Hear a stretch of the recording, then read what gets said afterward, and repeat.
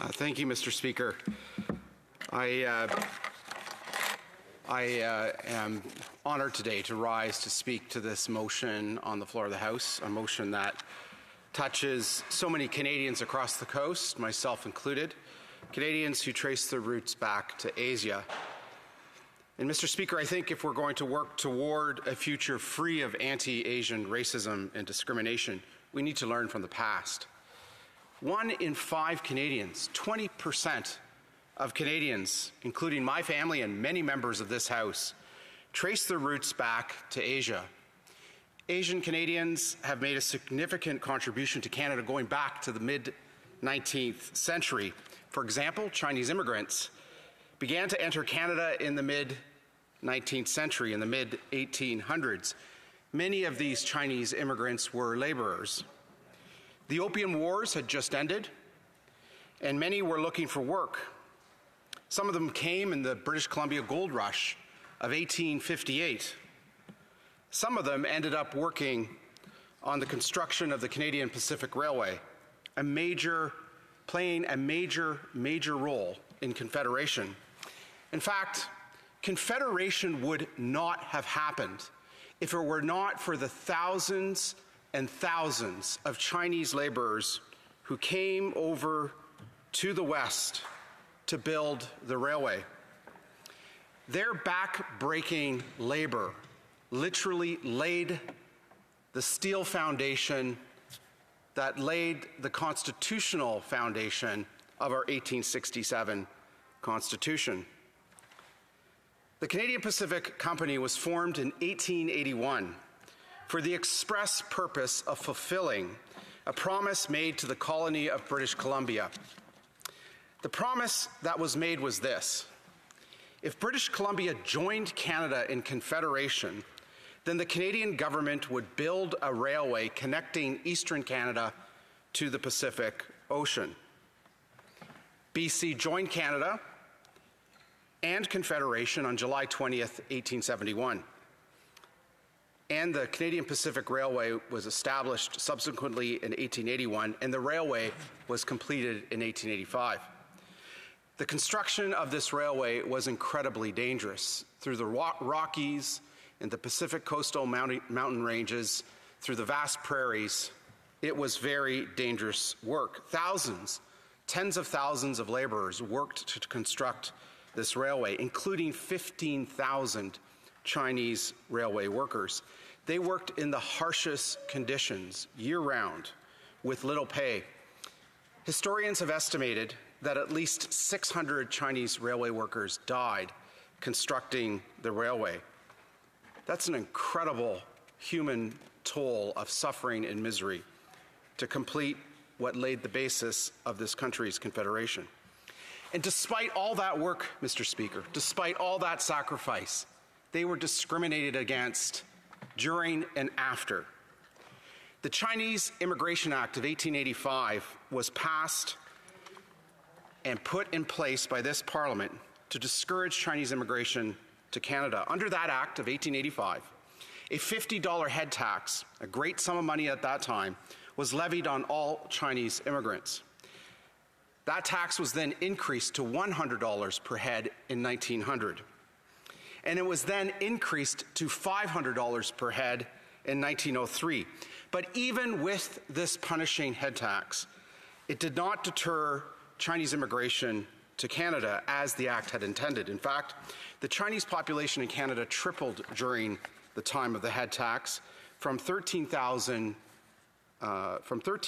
people in 1885 to 39,587 people in 1921. And so, the government decided to put in place an even harsher solution.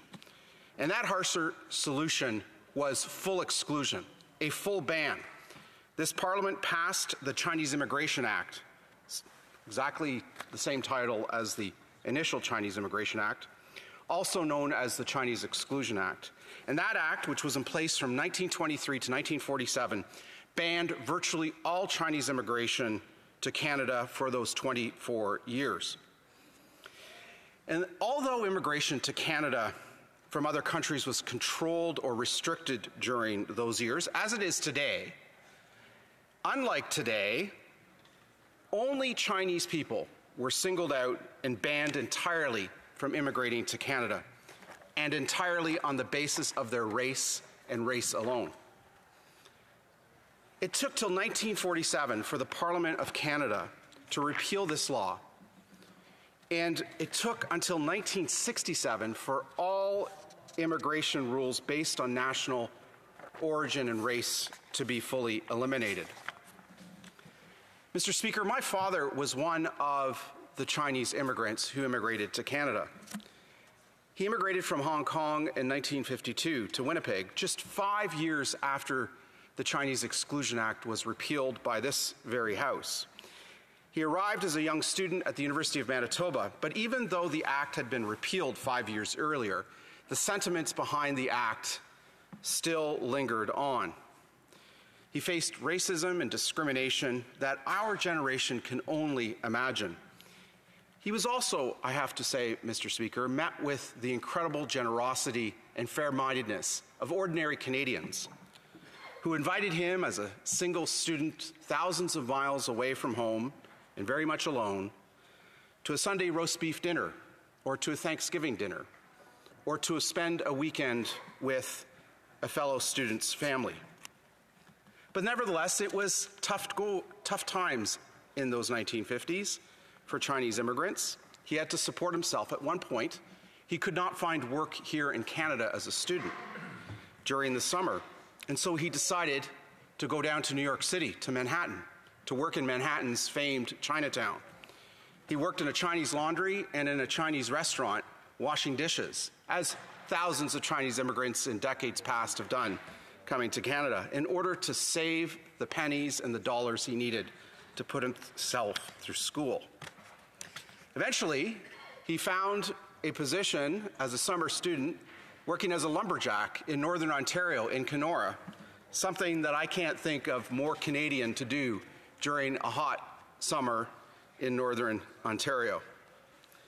And all along, he saved, and saved. And as the 1950s transitioned to the 60s and 70s, Canada began to change. In 1967, we got rid of our race-based requirements for our immigration system. And since then, much further progress has been made, such as the 1982 patriation of the Constitution, along with the 1982 Charter of Rights and Freedoms, such as Prime Minister Stephen Harper's apology on June 22nd, 2006, for the head tax that had been levied on some 81,000 Chinese immigrants to Canada. But Mr. Speaker, despite all this progress, despite all this advancement in creating a society free of racism and discrimination, a society where your race, religion, or creed does not determine your standing in Canadian society, despite all of this, we still face racism and discrimination. The pandemic revealed the ugly side of that in the last several years. So has the rise of the PRC's threats, both here and abroad. People have exploited those issues to foment racism and discrimination against their fellow Asian Canadians. Today, Mr. Speaker, the Asian community is a cherished part of our Canadian society, whether it's from places like the People's Republic of China, or the Philippines, or the Republic of India, or so many other places in Asia. The Asian community, 1 in 5 Canadians, has made a vibrant contribution to this country. From business to politics, from the academy to arts and charity, Asian Canadians play leading roles in Canadian society. So as we debate and hopefully adopt this motion, and as the committee begins its work, let us remember all the contributions and sacrifices that Asian Canadians have made to this country for well over 150 years. Let us stand in solidarity with Asian Canadians when they face racism and discrimination. And let us celebrate Asian Canadians for the contributions they have made and that they continue to make to this, our home and native land. Thank you, Mr. Speaker.